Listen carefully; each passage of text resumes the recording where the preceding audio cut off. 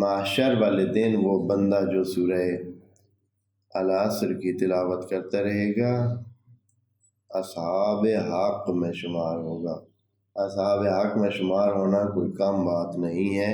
کیونکہ یہ کچھ ہی لوگ ہوں گے جو اصحاب حق میں ہوں گے۔ اصحاب حق میں ہونا بہت بلندی درجہ کی علامت ہے۔ امام صادق علیہ السلام سے ایک اور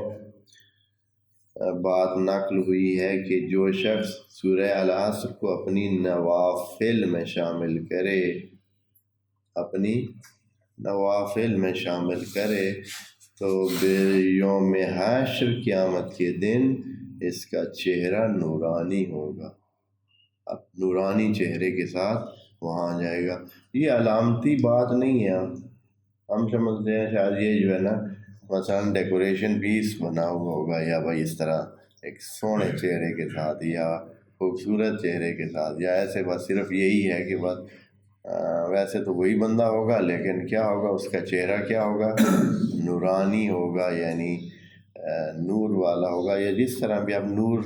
کس لیول کا ہوگا یا کس طرح کا ہوگا یہ تو ہم انشاءاللہ جو دیکھنے والے ہوں گے جا کے دیکھیں گے، لیکن یہ ہے کہ نورانی چہرہ ہوگا۔ یہاں مراد صرف ایک ظاہری خوبصورتی نہیں ہے، جیسے یہاں کہتے ہیں بعض اوقات کہ فلاں شخص کا چہرہ بڑا نورانی ہے، تو یہ تو ظاہری خوبصورتی ہے، اندر پتہ نہیں وہ کیا ہے، اللہ عالم۔ لیکن وہ جو وہاں چہرہ ہوگا وہ علامت ہوگا حقیقت کی۔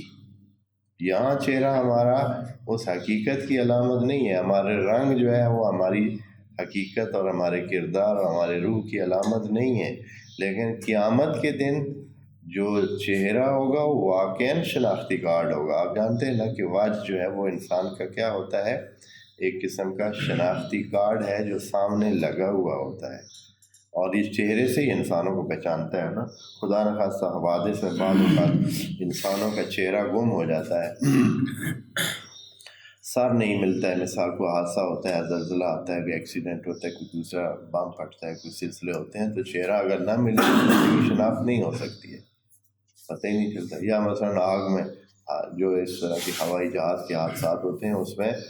بہت بڑی ساری آگ لگ جاتی ہے، کیونکہ بہت پیٹرول کا بہت بڑا ذخیرہ جہاز میں موجود ہوتا ہے، تو اس میں پھر چہروں کی شناخت کیا ہوتی ہے، بہت مشکل ہوتی ہے، جل جاتے ہیں، تو پھر پتہ ہی نہیں چلتا کہ کون کون ہے۔ چہرہ ہی انسان کی شناخت کی علامت ہے، چہرے سے پتہ چلتا۔ تو وہاں نورانی چہرہ ملے گا اس کو جو سورہ العصر کی تلاوت کرے گا، اپنی تلاوت میں رکھے گا، اور یہ نورانی چہرہ اس کی شناخت ہوگی، یعنی بندہ ہی نورانی ہے، صرف چہرہ نورانی نہیں ہے بلکہ سارا بندہ کیا ہے، نورانی ہے۔